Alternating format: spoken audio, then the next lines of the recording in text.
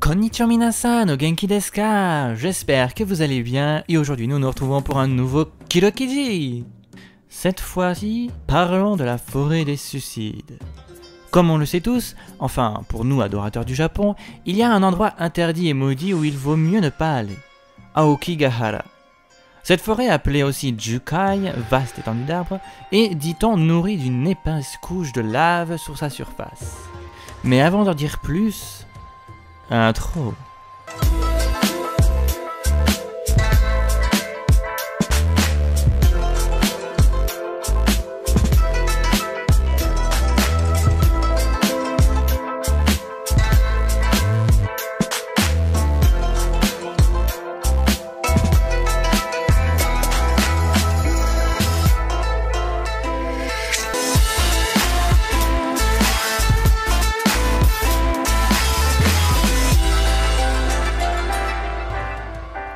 Décrivons-la un petit peu.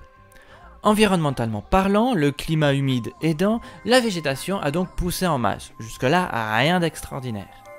De cette lave s'est formé un réseau très dense, voire immense de grottes dans lesquelles les courants d'air et autres murmures du vent se faufilent et peuvent ressembler, si on s'aventure dans la forêt, à des murmures de défunts ou même à des cris.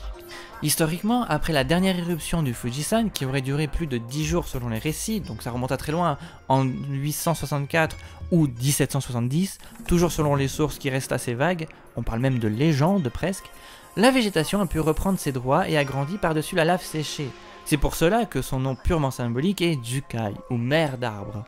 Géographiquement, cette légendaire forêt japonaise se trouve au pied du mont Fuji à environ 100 km de la ville de Tokyo et couvre approximativement 35 km². La forêt est depuis donc assez longtemps le théâtre de meurtres et de suicides étranges et il est dit que si on y rentre, on n'en ressortira jamais plus, enfin du moins vivant. Il y a eu tellement de meurtres et de suicides à ce jour qu'à chacune des entrées de la forêt est affiché plein de panneaux d'interdiction et de conseils de rentrer bien au chaud chez soi, si on veut rester toujours en vie.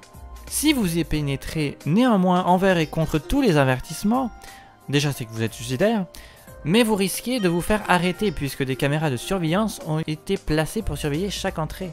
Il y a tellement de morts que même la police a arrêté de compter. La dernière fois que le nombre a été rendu public, cela était en 2003 lorsque 105 suicides ont été confirmés. Mais la légendaire forêt ne fait véritablement peur que si nous nous intéressons à un point étrange. Rares ceux qui ont retrouvé un seul cadavre dans cette forêt, bien qu'il y en ait plus d'une cinquantaine chaque année. Vous vous rendez compte? Aux entrées de la forêt, on peut lire un panneau où se trouve affiché un message de soutien à l'encontre des personnes qui voudraient perdre la vie en ce lieu. Votre vie est un cadeau précieux offert par vos parents. Pensez à vos parents, à vos frères et sœurs, à vos enfants. Ne gardez rien pour vous, confiez vos problèmes. Des légendes à l'hypothèse. Bien sûr, au départ ce n'était pas une forêt maudite, mais après plusieurs meurtres et suicides, cette pensée qu'elle soit une forêt hantée s'est répandue et est restée dans les mémoires. Aujourd'hui, il ne faut pas dire en public le nom de cette forêt, tant elle fait peur aux habitants de l'archipel.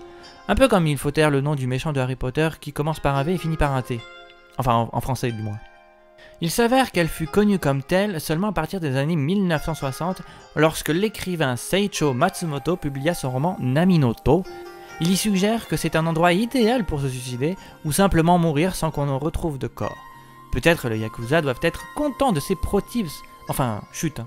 Les légendes locales, quant à elles, racontent aussi que des chauves-souris géantes ont été aperçues et attaqueraient les promeneurs égarés. Les gouffres à contempler seraient emplis de glace et l'aiguille des boussoles s'affolerait. Bon, le coup de la boussole est causé par le magnétisme de la roche volcanique séchée, c'est prouvé par les scientifiques, désolé pour la démystification. Une hypothèse, cependant, raconte que ce seraient les samouraïs qui s'y sont suicidés après des guerres perdues ou à la fin du shogunat, qui auraient commencé à hanter ce lieu et que leurs âmes et celles des autres morts hanteraient et pousseraient les vivants à se tuer et à se suicider. Tout simplement. De ce fait, il existe une croyance au Japon. Les personnes mortes dans la violence, la haine ou la souffrance deviendraient des yurei, littéralement des revenants, qui hanteraient le lieu où ils seraient morts. Alors les arbres de cette forêt seraient-ils malicieux et entraîneraient la mort de ceux qui pénètrent leur forêt? On pourrait d'ailleurs faire une digression en parlant des âmes défuntes comme incarnées dans les arbres en tant que Kodama des légendes anciennes. Et si vous ne connaissez pas les Kodama, je vous propose d'écouter l'épisode qui en parle. Conclusion, Bien évidemment, tout ce que j'ai dit là, à part pour les romans, ne sont que des suppositions, et chacun peut croire ce qu'il veut sur cette forêt, mais je vous donnerai néanmoins le conseil d'éviter le plus possible cette forêt. Un fait divers raconte qu'une femme, qui devait s'être probablement perdue ou égarée dans la forêt, a été retrouvée morte 3 jours après sa disparition.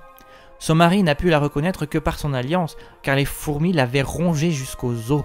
Effet insolite, il serait possible de traverser cette forêt en 3 ou 4 heures, même si les Japonais disent que c'est impossible et que ce soit justement du suicide en raison de l'activité magnétique perturbée et perturbant les boussoles, tout autant en raison du fait que le sol soit truffé de trous, de grottes et de racines d'arbres qui rendent celui-ci très escarpé.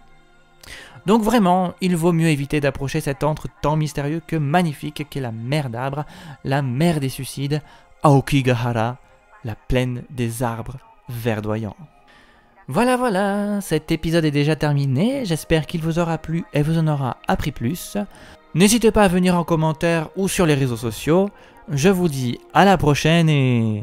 Matane!